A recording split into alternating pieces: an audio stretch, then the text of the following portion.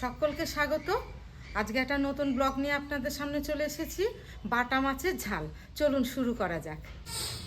আজকে রেসিপিটা খুব কম মশলায় বানাবো, খেতে খুব অসাধারণ হবে, কিন্তু খুব সহজপাচ্য হবে। মাছগুলোতে খুব ভালোভাবে নুন হলুদ মাখানো হয়ে গেছে। এটা 10 মিনিট রেস্টে রাখবো, তারপর ভাজতে শুরু করবো। গরম হয়ে গেছে, মাছগুলোকে ভেজে নেব। আমি এখানে মাছগুলোকে সর্ষের তেল দিয়ে খুব কড়া করে ভেজে নিয়েছি। সর্ষের তেলে মাছগুলো ভাজলে পরে এর স্বাদ খুব ভালো হবে। আর এবার মাছগুলোকে তুলে নিচ্ছি। এই যে কি সুন্দর ভাজা হয়েছে, কড়া কড়া করে। এরপরে বাকি মাছগুলোকে আমি এইভাবে ভেজে নেব। দেখুন বন্ধুরা, এখানে মাছ আর আলুটা খুব সুন্দর করে ভেজে নিয়েছি। এবার আমি ফোড়ন দেব। ফোড়নের জন্য 1 চামচ কালো জিরে দিচ্ছি।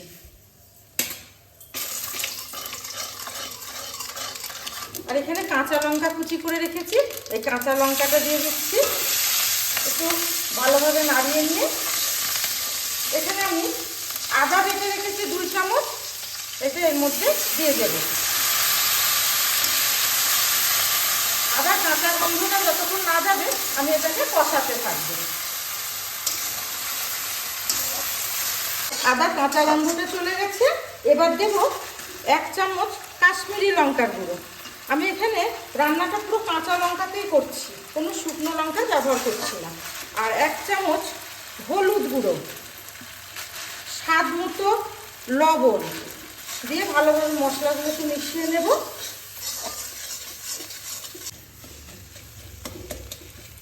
মশলাটাকে খুব ভালোভাবে মেশানো হয়ে গেছে। এবার আমি এখানে টমেটো কুচিয়ে রেখেছি, এইগুলো এর মধ্যে দিয়ে দেব। টমেটো কাঁচা গন্ধ না যাওয়া পর্যন্ত আমি এটাকে কষাতে থাকবো।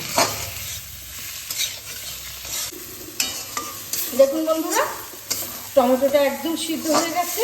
আর আমি আজকে খুবই কম তেলে রান্না করছি, কারণ গরমে মানুষের মুখে অনেক সময় স্বাদ চলে যায়।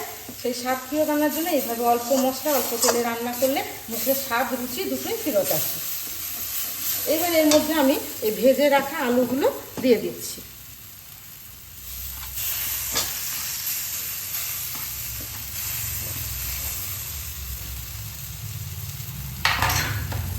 একটু নাড়াচাড়া করে নেবো, এর মধ্যে আলুটার সঙ্গে মিশিয়ে নেবো মশলাগুলো।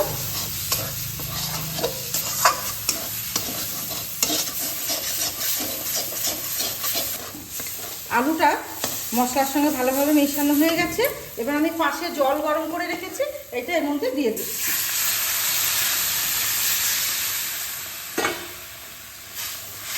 ভালোভাবে মিশিয়ে নিয়ে ঢাকনা চাপা দিয়ে আমি ঝোলটাকে ফুটিয়ে নিচ্ছি। ঝোলটা ফুটে গেছে, এখানে ভেজে রাখা মাছগুলো এর মধ্যে দিয়ে দেব।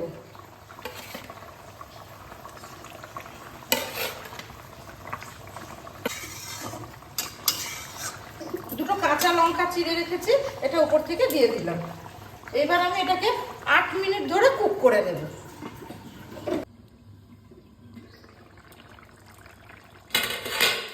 দেখুন বন্ধুরা, বাটা মাছের ঝাল একদম রেডি।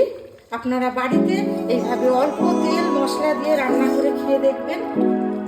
ভিডিওটি ভালো লাগলে পরে লাইক কমেন্ট শেয়ার এবং সাবস্ক্রাইব